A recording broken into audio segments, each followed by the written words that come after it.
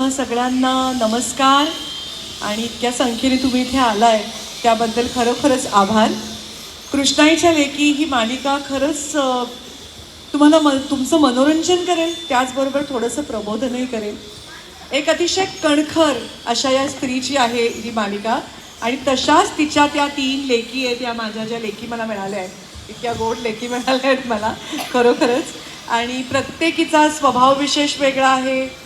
एक अशी स्त्री की जिला फक्त चूल आणि मूल या पलीकडे दुसरं आयुष्यात काही माहीत नव्हतं. आधी कदाचित वडिलांच्या छायेत ती वाढली असेल, नंतर नवऱ्याच्या छायेत तिने संसार केला. तिला त्या उंबरठ्या पलीकडचं जगच माहिती नव्हतं. अशा स्त्रीवरती जेव्हा अशी वेळ येते की 3 मुली झाल्या आणि म्हणून तिचा नवरा तिला सोडून देतो आणि जाऊन दुसरं लग्न करतो आणि गावापाठची एक पडकी जमीन तिला देऊन टाकतो. खरं तर त्या स्त्रीला तेव्हा असं वाटतं की जाऊन मला जीव द्यायचा आहे, कारण मला माहितीच नाही कसं जगायचं. पुरुषाच्या आधाराशिवाय कसं जगायचं हे कधी माहितीच नाही, हे कधी कोणी शिकवलंच नाही, काही याबद्दल कल्पनाच नाही. पण त्या 3 जेव्हा लहानग्या मुलींकडे ती बघते तेव्हा तिला कळतं की त्या तिघींचा विश्वास फक्त ती आई आहे. आज जर ती आई नसेल तर त्यांचं काही होऊ शकत नाही. त्यासाठी तिला जे येत आहे म्हणजे काय, तिला फक्त स्वयंपाक करता येतो. तर तिच्यापाशी जे साधन आहे त्या साधनाचा ती वापर करते आणि एक ती खानावळ सुरू करते आणि तिच्या 3 मुलींना ती पण करते की माझ्या 3 मुलींना मी मोठं करेन, शिकवेन आणि ताठ मानेनी जगात जगायला शिकवेन. अशा प्रकारची ती आई आहे आणि अशा प्रकारची आमची मालिका आहे. मुली आईच्या पाठीमागं कशा उभ्या राहतात आणि आईचे संस्कार कसे असतात हे आपल्या या सगळ्या मालिकेमध्ये बघायला मिळणार आहे. मी आता वळतोय शारदा यांच्याकडं. काय वाटतंय या मालिकेबद्दल आणि काय सांगाल प्रेक्षकांना? नमस्कार. सगळ्यात आधी मी फार प्रोमो बघून इमोशनल झाले कारण की इतक्या दिवस आम्ही प्रोमो करत होतो, पाहत होतो, तर असं वाटलं की हां आम्ही करतोय काहीतरी नवीन मालिका घेऊन येतो. पण आज इतक्या मोठ्या स्क्रीनवर सगळ्यांसोबत बघताना एक वेगळीच एनर्जी होती आणि एक वेगळेच वाईब्स होते. सो खूप छान वाटलं. आणि मी असं म्हणेन की पु ल देशपांडेंचं एक वाक्य मी आवर्जून सांगेन की ते म्हणतात की विज्ञानातलं शास्त्र कदाचित आईला कळत नसेल, विज्ञानातले नियम कदाचित आईला माहीत नसतील, पण खऱ्या आयुष्यातले, खऱ्या जगातले संस्काराचे शास्त्र ते आपल्याला आईच्याच खुशीत मिळत असतात. सो ही जी मालिका आहे ती प्रत्येक आईसाठी, तिच्या लेकींसाठी आहे आणि आईची ताकद आपल्या सगळ्यांनाच माहिती आहे. फार वेगळी आणि फार महत्त्वाचं कॅरेक्टर, महत्त्वाचं पात्र आपल्या प्रत्येकाच्या आयुष्यात आपली आई असते. आणि मी असं म्हणेन आई जशी घडवायला जी मेहनत घेते आणि आपण पुढे जाऊन जे घडतो, जे बघतो ते ती आपल्याला जितकं समाधान असतं आणि आपल्याला जितकी त्याच्याबद्दलची काय म्हणू आपण की सॅटिस्फॅक्शन असतं त्यापेक्षा जास्त आई आपल्यासाठी कार्य करत असते आणि तो आनंद तिच्यासाठी जास्त असतो. आणि जी आई छत्रपती शिवाजी महाराज यांना घडवू शकते ती आई जगात म्हणजे किती मोलाचं कार्य करू शकते. आईची ताकद कधीच कुणीच कमी समजूच नाही. सो या मालिकेत पण ना तशीच कणखर आई आम्हाला लाभली आहे आणि ती तिच्या जिद्दीने या 3 लेकींना म्हणजे सगळं गाव टाकलेल्या मुली, वडिलांनी सोडलेली बाई असं वगैरे तिच्याकडे पाहतात, पण त्या सगळ्या जिद्दीतून ती कसं काय त्या मुलींना वाढवते तो प्रवास तुम्हाला पाहायला मिळेल आणि तुम्ही स्वतःशी कुठेतरी काहीतरी रिलेट कराल.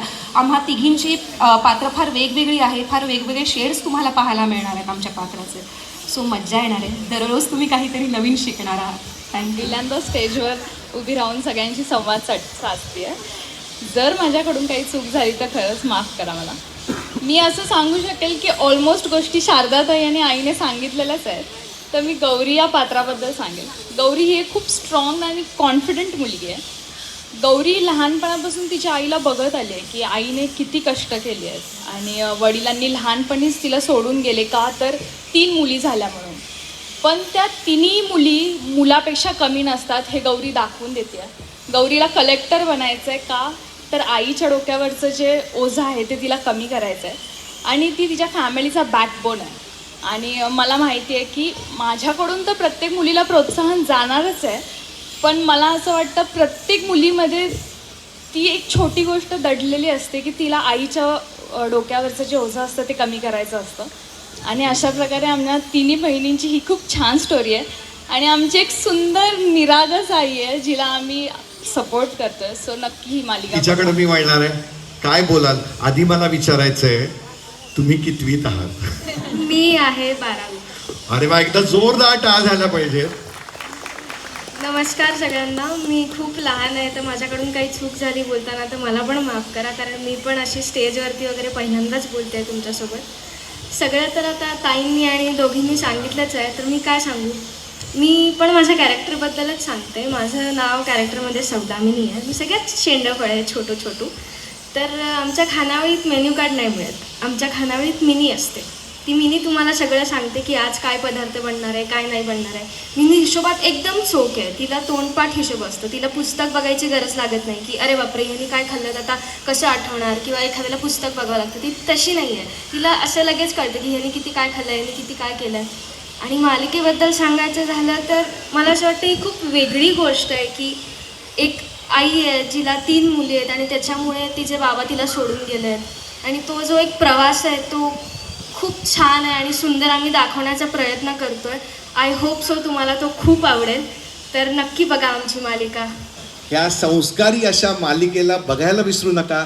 झी मराठीवर 15 जून पासून किती वाजता? 7 वाजता. अरे बजरंग महाराज की आवाज आहे साताऱ्याचा. होय होय, एकदम बरोबर आहे. आणि मलाही तुमच्याकडनं जाणून घ्यायचं आहे. आणि पहिल्यांदा आपण भेटलेलो अजून एक कुटुंब आहे जे नेगेटिव्ह करतं. ते आज आले नाहीत कारण आम्हाला शूटिंग करायला लागेल, नाही तर मालिका कशी बघणार ना तुम्ही. तर तेही येतीलच लवकरच तुमच्या भेटीला. आणि आमचं एक कुटुंब आहे. हा माझा मुलगा या आमच्या मातोश्री. शंकरचं माझ्यावर प्रचंड प्रेम आहे. म्हणजे मातोश्रींचा शब्द म्हणजे त्याच्यासाठी ब्रीदवाक्य, म्हणजे काहीही. मातोश्री म्हणतील ती पूर्व दिशा, त्यांच्यासाठी तो काहीही करेल. नाही, यांना थोडं इंटरप्ट करतो. एकच गोष्ट दाखवतो, जे छातीवर आहे तेच काळजावर आहे. आणि मातोश्रीनीचा आदेश दिला तर काळीच फाडून दाखवायची बी तयारी. काय मातोश्री? असंच आहे माझा लेख. आणि वाघ आहे बरं का, वाघ. पूर्ण गाव घाबरून असतं त्याला, पण तो असतो सत्याच्या बाजूने. आम्ही गावचे सावकार असतो, पण शेतकऱ्यांना पिळणारे सावकार नसतो. शेतकरी जगला पाहिजे. भारत हा कृषीप्रधान देश आहे, तर तिथला शेतकरी जगला पाहिजे. त्याने त्याच्या तो एक ट्विस्ट वेगळाच आहे. तो तुम्ही मालिका बघितल्यावरच तुम्हाला कळेल. पण आम्ही शूटिंग करताना सुद्धा आम्हाला इतकी मजा येते, त्यामुळे तुम्हाला ही सिरियल बघताना सुद्धा तेवढीच मजा येईल. कारण नाट्यपूर्ण पद्धतीने एक खरी गोष्ट आम्ही तुमच्यासमोर ठेवणार आहोत. त्यामुळे नक्की बघा कृष्णाईच्या लेकी. नाव काय आहे? फार झालो. मी आता शंकर यांच्याकडे वळणार आहे. काय बोलाल तुम्ही? एंट्रीज अशी जबरदस्त घेतली की तो मी डायलॉग बोलायच्या आधीच तुम्ही तो डायलॉग बोलून दाखवला. तो खूपच फेमस झालाय. म्हणजे जसा तो डायलॉग दिसायला लागलाय ना, तसा प्रत्येकाच्या तोंडात तोच डायलॉग येतोय. तर या मालिकेबद्दल आणि या सगळ्या प्रेक्षकांना काय अपील कराल तुम्ही? लहान बाळ असतं, दिवसभर खेळतं, इकडे तिकडे पळतं, पण रात्री आईच्या कुशीत येतं. आप्पी आमची कलेक्टर नंतर कृष्णाईच्या लेकीमध्ये परत येणं, माझा प्रवास हा त्या बाळासारखा आहे. मी परत एकदा झी मराठीवर आलोय, आईच्या कुशीतच आलो. तेच सगळे प्रेक्षक, आपला तोच सातारा. हे जरी असलं तरी आता अर्जुन म्हणून नाही, शंकर म्हणून तुमच्यासमोर होतं. खरं सांगायचं म्हटलं तर मी 2 मेला ऑडिशन दिलं ह्या सिरियलसाठी. ताई मी स्टेजवर उभा आहे म्हणून नाही बोलत आहे, मी खूप मनापासून बोलतोय. मला जेव्हा कळलं की ह्यामध्ये निवेदिता ताई कृष्णाई करतायत, कृष्णाईच्या लेकीमध्ये, मी आता सगळ्या इंटरव्ह्यूजमध्ये सांगितलं आणि मला इथे सांगायला पण खूप मी गर्वाने सांगतोय, अभिमानाने सांगतोय, मी मारुतीरायाचा भक्त आहे. मी 2 मेला संध्याकाळी घरी गेलो. शंकरची स्क्रिप्ट जी माझ्या पाकिटात अजूनही आहे ती मी देवघरासमोरच ठेवली. मी त्याची पूजा केली हळदी कुंकू. आणि त्या दिवसापासून ज्या दिवशीपर्यंत माझं सिलेक्शन झालं नव्हतं त्या दिवशीपर्यंत 19 मेपर्यंत दररोज सकाळी ही एक वाक्य बोलायचं, मारुती राया, झी मराठीवर कृष्णाईच्या लेकी नावाची नवीन TV सिरियल येत आहे, त्यात मला शंकर हे पात्र साकारण्याची संधी मिळू दे. आणि माझी हनुमान चालीसा सुरू व्हायची 5 वेळा, 7 वेळा, 11 वेळा. त्यानंतर परत एकदा हे वाक्य बोलायचं आणि त्यानंतर माझी प्रार्थना थांबायची. ह्यासाठी मला आर्टिस्ट म्हणून काम मिळावं, माझ्या सगळ्या गोष्टी व्हाव्या, हा भाग एका बाजूला. पण फक्त आणि फक्त निवेदिता ताई त्यामध्ये काम करतायत हे एक महत्त्वाचं रिझन होतं. आणि ताई मला एक खूप प्राऊडली सांगावं असं वाटतं आता तुमच्यासमोर उभं राहून. आणि मग बजरंग बलीने माझ्या पत्रात हा रोल दिला. सो ज्यांनी गेले 40 वर्ष महाराष्ट्राला खळखळून हसवलंय पण रडवलंय पण त्यांच्यामध्ये आई दिसते, त्यांच्या चेहऱ्यामध्ये आई दिसते. निवेदिताताईंच्या शिवाय मराठी फिल्म इंडस्ट्री हा विचारच होऊ शकत नाही. तर त्यांच्यासोबत मी आता एक सकाळला एक इंटरव्ह्यू दिला, त्यामध्ये मी लिहिलं की मला हातात भाला घेऊन 2 तास उभं राहायचं जरी काम असेल ना तरी मी करेन. ज्या सीनमध्ये ताई येते आणि मी भाला घेऊन उभा आहे चालेल ना, मला वाक्य नसलं तरी चालेल. सो हे मी खूप ब्लेस्ड आहे की मला ह्या सिरियलमध्ये काम करायला मिळतं. त्यानंतर एक मुख्य आकर्षण होतं की यार मातोश्री कोण असणार. कारण काय होतं माहिती आहे, ह्या आधी मी कधीच असं काम केलं नाही की ज्यामध्ये माझं आईबरोबरचं बॉन्डिंग आहे. आणि ज्यावेळी मातोश्री म्हणून ताई पहिल्या दिवशी ऑडिशनला आल्या होत्या आणि त्याच दिवशी कळलं की ताईंचं फायनल झालं, मी एवढा खुश होतो की म्हणलं एवढ्या एक्सपिरियन्स व्यक्ती माझ्यासोबत ज्यावेळी आई म्हणून समोर असतील ना, माझा एक आर्टिस्ट म्हणून पर्सनल स्वार्थ हा होता की किती शिकायला मिळेल, किती साऱ्या गोष्टी शिकायला मिळतील. आणि तेच काल पहिला सीन शूट झाला ना त्या दिवशी झालं. त्यांचा तो वाक्यांचा ठहराव म्हणा किंवा त्यांचं ते मायेने फक्त डोक्यावरून हात फिरवणं म्हणा. मी तुम्हाला सांगतो आई आणि मुलाचं बॉन्डिंग तुम्हाला यापूर्वी कधीच बघायला मिळालं नसेल मराठी TV सिरियलमध्ये, जे तुम्हाला इथं नक्की बघायला मिळेल. आणि त्यामध्ये मी आणि मातोश्री कुठेच कमी पडणार आहे. आणि ते आमचं ॲक्च्युली पहिल्या दिवसापासून आमचं ऑफस्क्रीन बॉन्डिंग पण एवढं स्ट्रॉंग आहे ना, ते तुम्हाला ऑनस्क्रीन बघायला पण तेवढीच मजा येईल. नक्की बघा. अगदी सहजपणे होऊन गेलं ते.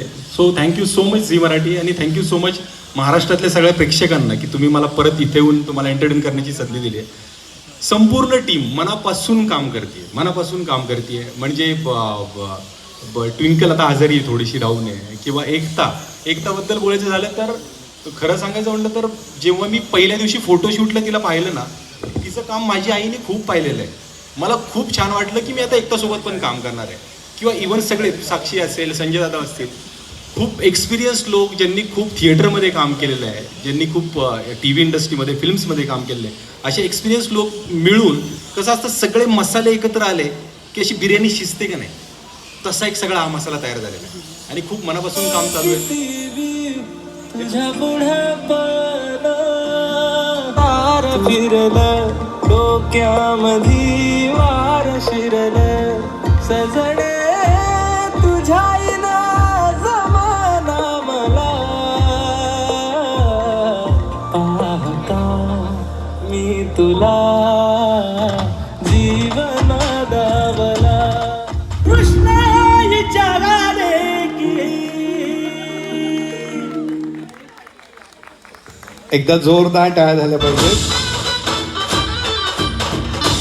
मी तुम्हाला सांगितलं होतं ना, कृष्णाताई वेळेवर महाप्रसाद घेऊन येणार म्हणजे येणारच. सगळं महादेवांच्या कृपेने घडायला लागले.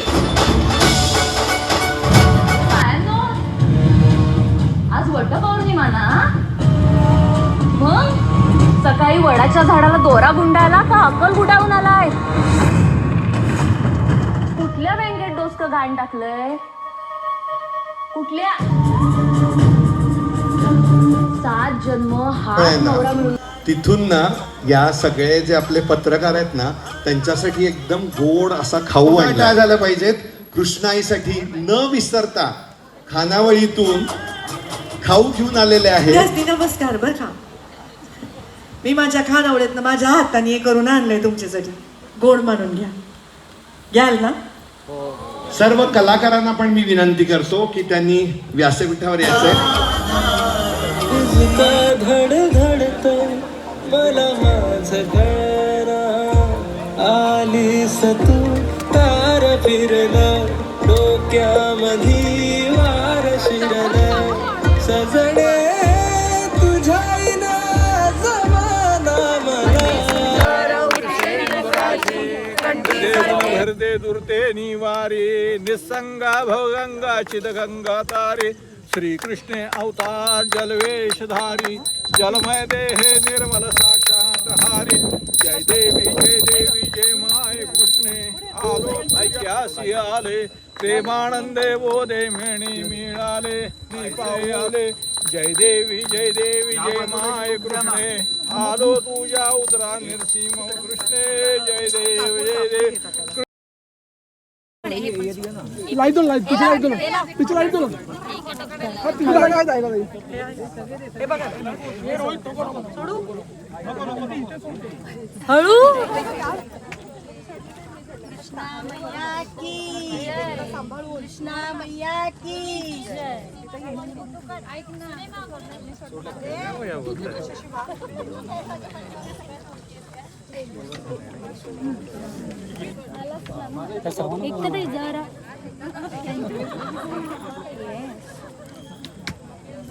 हो बोला